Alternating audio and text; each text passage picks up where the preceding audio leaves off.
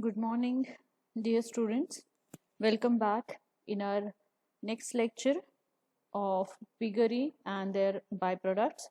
Now, here in this lecture, we'll be studying the diseases in piggery as well as their control and various byproducts produced from or achieved from the pig industry. Right? Now, let's see them one by one. First of all, we'll be studying the diseases in piggery. So, the swine production suffer heavy loss due to the diseases and parasites. So, these parasites they kill the baby pigs and check their proper growth and development. Okay, while becoming adult. So, these parasites they have a great impact on the growth of this pigs. Okay, and they damages about 60 to 65% of a total pig produced either directly or either indirectly.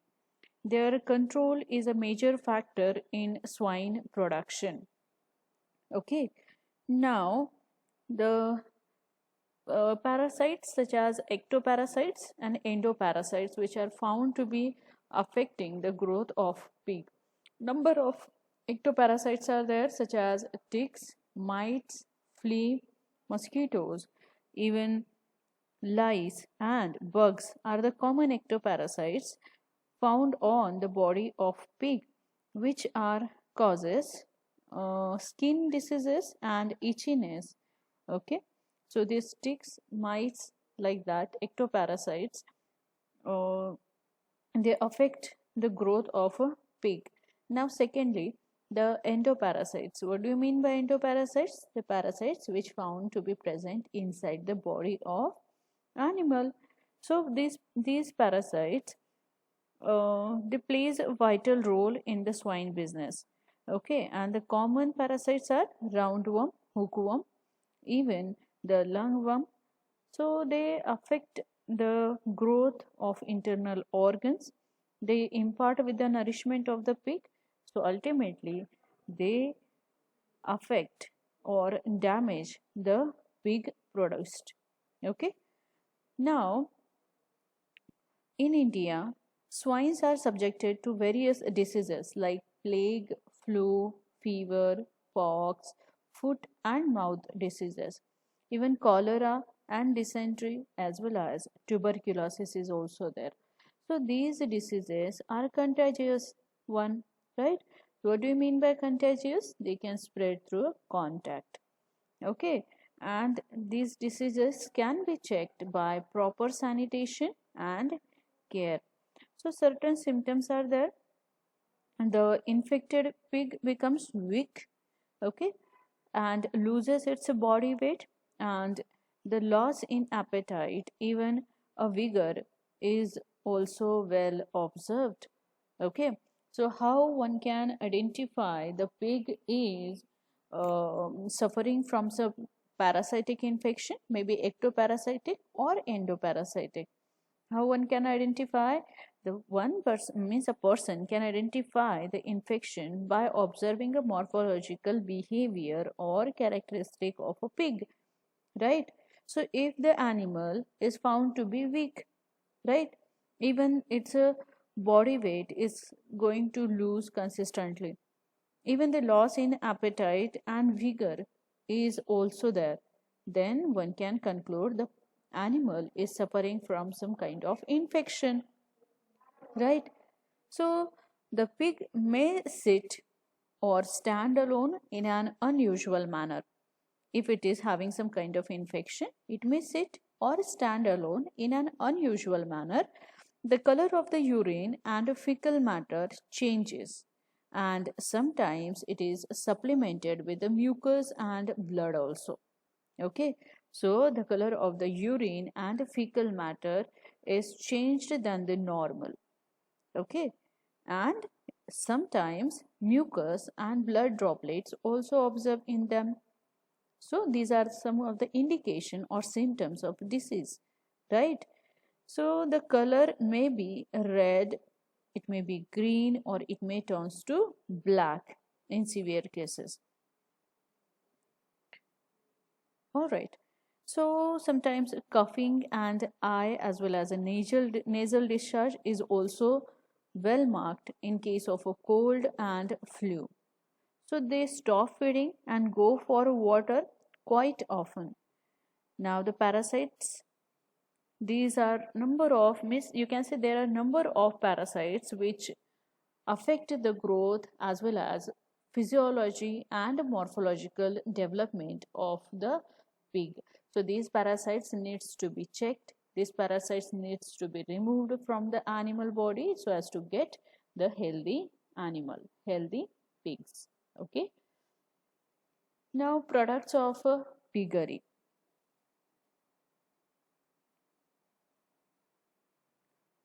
Just like other industries, wool industry you can talk, or you can take example of the honey bees, right? So or dairy industry, as they have some kind of byproducts.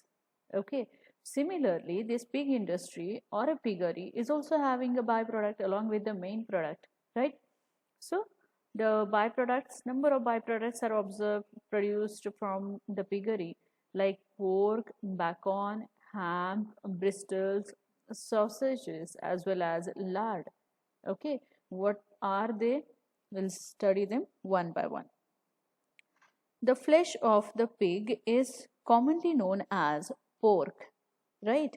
And the fleshes obtained from different parts of the body have been given different names, such as bacon, that is obtained from the back and the sides, and ham, that is from the back of the thigh. Okay, so pork, bacon, and ham, all of them are flesh, right? They are just a flesh. But as from which body part it is obtained, the name given. Okay, the pork in general we can say a flesh of the pig is known as a pork, and if it is said bacon, that means the flesh is obtained from the back and sides of the body, right? And ham, that is specially from the back of the thigh.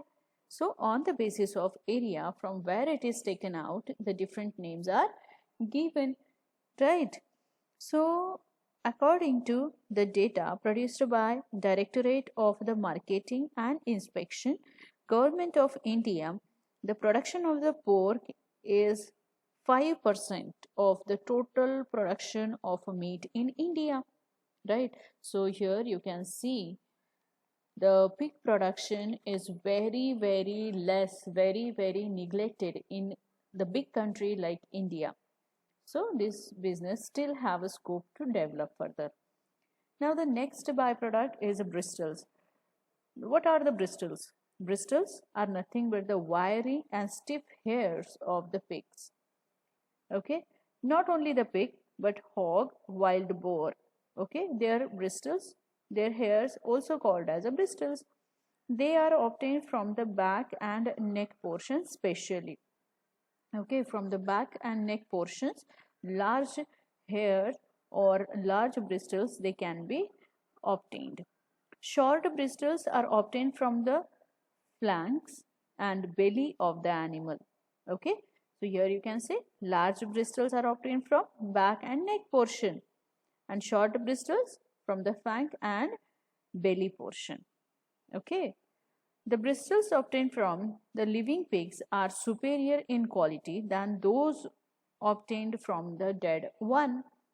Okay, so bristles obtained from live pig is quite healthy as compared to bristles obtained from the dead pig, which are again you can say the rough and not having a much good quality. The rough and coarse bristles are generally used for varnish work and painting brushes. Okay, so in the painting and you can say preparation of the painting equipment like various types of brushes, okay, they are prepared from the coarse bristles. The main bristle produced area in India are Uttar Pradesh, Madhya Pradesh and Punjab, where the maximum amount of bristles of the pig have been produced. Okay, the principal trading centers are Kanpur and Jabalpur.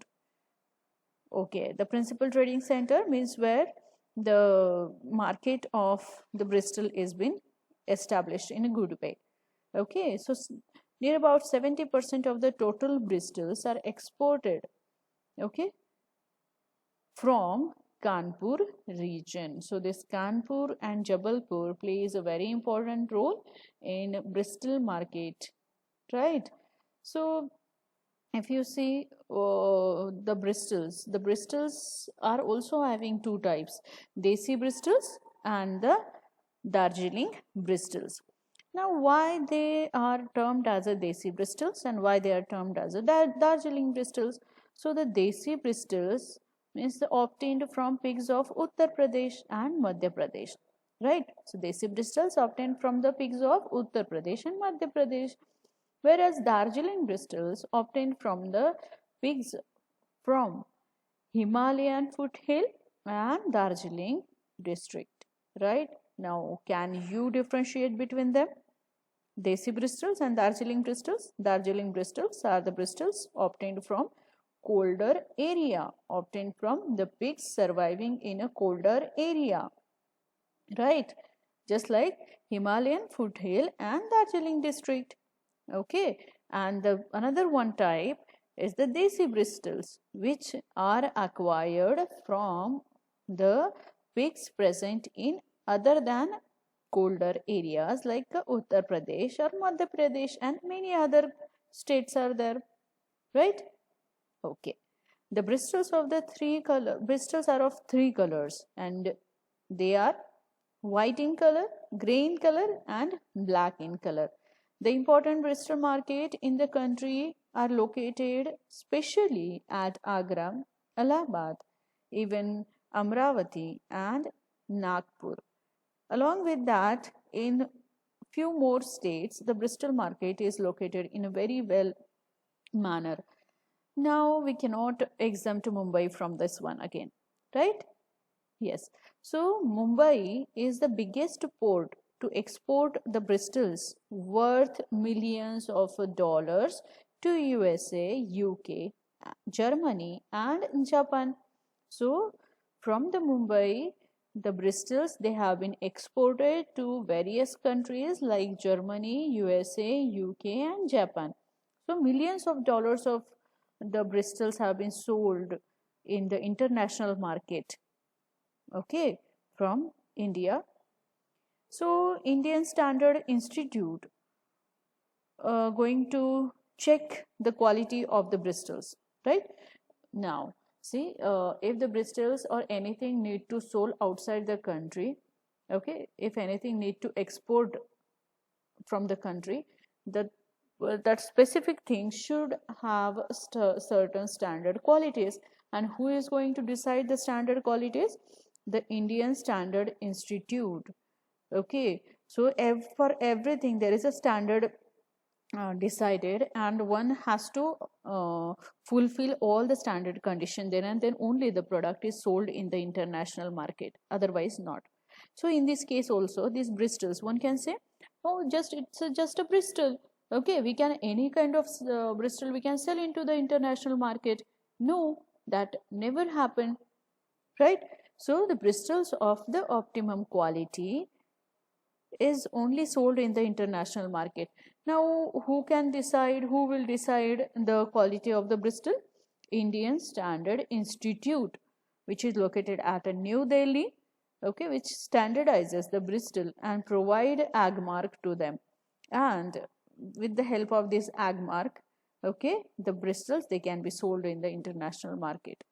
Okay, only the properly graded Bristols under Bristol Grading and Marketing Amendment, the rule number 1962, are permitted for export purpose. Otherwise, rest of Bristols, they cannot permitted to export in the international market or to export from India.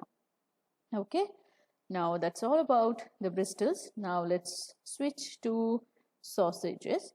So what are the sausages? Sausages are prepared by flesh minced pork, so which is free from the bone and skin, For the preparation of a sausages, usually shoulder piece, ham, bacon are preferred, right?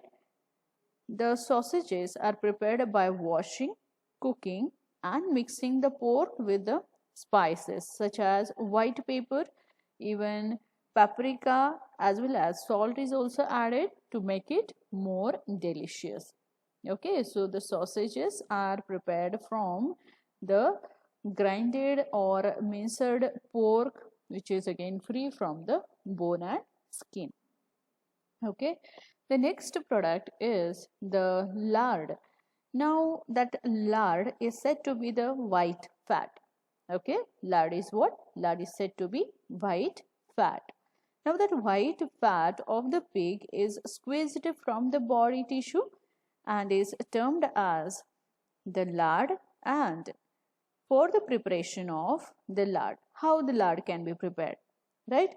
So it is like someone may think like the body fat directly used as a lard. No, it is prepared, it is heated, it is processed, and then the lard is prepared. Means a white fat is prepared from the body tissues, right? So for the preparation of the lard, carcasses are, or you can say carcasses are cut into pieces. Now here in this case, carcasses means what? The dead body. Okay, carcasses means the dead body. So dead bodies of the pig are cut into pieces. They are grinded together, boiled, okay, and heated over a specific time, and then the fat is removed carefully when it is boiling hot. Means the fat along with the boiling material, the fat when becomes completely hot, and when it boils, it is separated carefully from the boiling material. Okay, then the lard, for what purpose this lard is used? Okay, whether it is used in food industries, whether it is used for the cooking purpose, or whether it is used in the non-food industries, for what it is been extracted from the animal body, right? So the lard is used as a fine cooking medium. Now, getting my point, it is used as a cooking medium. Okay, and in the manufacturing of the non-food products such as soaps, lubricants, greases, candles, and waterproof material. For the manufacturing of all these, the lard, or you can say white fat, is also used. So the lard is again one of the product of the pig industry, having application in cooking as well as in non-food industries, right? Okay, then along with that, okay, along with these products, some other byproducts are also produced from the piggery industry. And what are they? They are the most important pharmaceutical products which derived from the pig body, or which derived from the animal body, such as number of type of hormones are extracted from this animal body, like the thyroid hormone, thyroid gland going to give rise the thyroxine hormone, that is extracted from this animal body. Even pituitary is also extracted from the pituitary gland. Even insulin is extracted from the pancreas. Some liver extracts as well as testosterone is also been extracted from the body of a pig.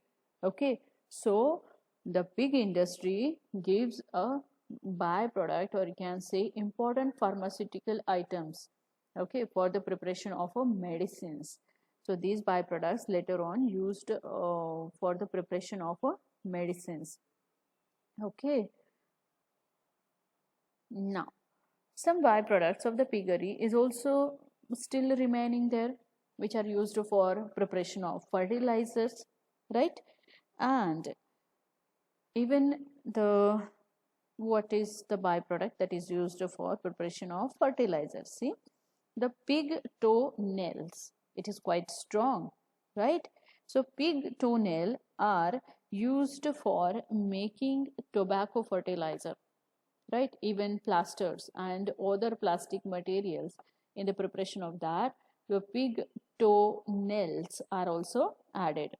The blood is used as a food for livestock as well as for the poultry, and also it is used as a manure. The blood is dried completely and then it is used as a food for the livestock or poultry birds, as well as it is used as a manure. Okay, now uh, after studying the diseases as well as product and byproduct of the poultry, let's come to the prevention and control. How these diseases can be prevented or controlled. Okay, so by giving the pigs or by feeding the pigs on the healthy diet, you know how healthy diet is important, right? By providing them all the nutrients like vitamins, minerals, okay, or many other like calcium and other elements should be provided them regularly with ample amount that makes them healthy to fight against these parasites. Okay, the proper ventilation is again one of the important criteria for the piggery house. So whatever piggery house is there, the piggery house should have ample source of ventilation. If it is quite close and not having a proper ventilation, then what will happen? Dampness will be there, humidity will increase, even the bacteria and many other parasites, they start growing rapidly in such an area. So as to avoid this, what is required, what is mandatory? Proper ventilation is important. That will again reduces the humidity, that will bring us fresh air to the piggery house. Even dryness is also maintained, and ultimately the health of the pig will be improved. The next one is proper sanitation. Okay, so the proper disposal of the urine and fecal matter of the pig is again important. Say, consider a particular pig is having some kind of endoparasitic infection, right? So, say, consider tapeworm infection. So, the tapeworm proglottids, or you can say the gravid proglottids of the tapeworm, they are discharged often or usually into the fecal matter, right? And if that fecal matter somehow comes in contact with another pig, so the bacterial egg, the eggs of the tapeworm will directly migrate to the body of another tapeworm. Okay, and another one will suffer from the disease, right? So as to avoid this, proper sanitation or proper sanitary disposal of the fecal matter and the urine is important. Then avoid overcrowding. Okay, overcrowding brings about the diseased condition in any house, means in a any animal rearing house. So avoid overcrowding so that the disease will be under control. The proper care of the animal should be, or proper care of the animal can be taken easily. Okay, then vaccination and medication at regular interval. Okay, so as to avoid diseases, a number of vaccines are there. Okay, so this vaccination should be given them on time and regularly.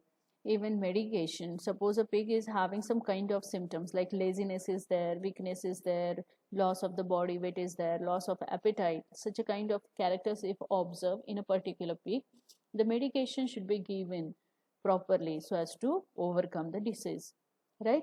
So vaccination and medication at a regular interval is recommended to prevent the diseases.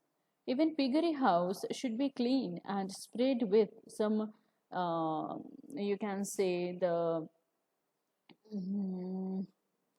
DDT, that is dichloro, diphenyl, trichloroethane, and BSC, that is benzene hexachloride powder. So the piggery houses should be clean and sprayed with the disinfectant.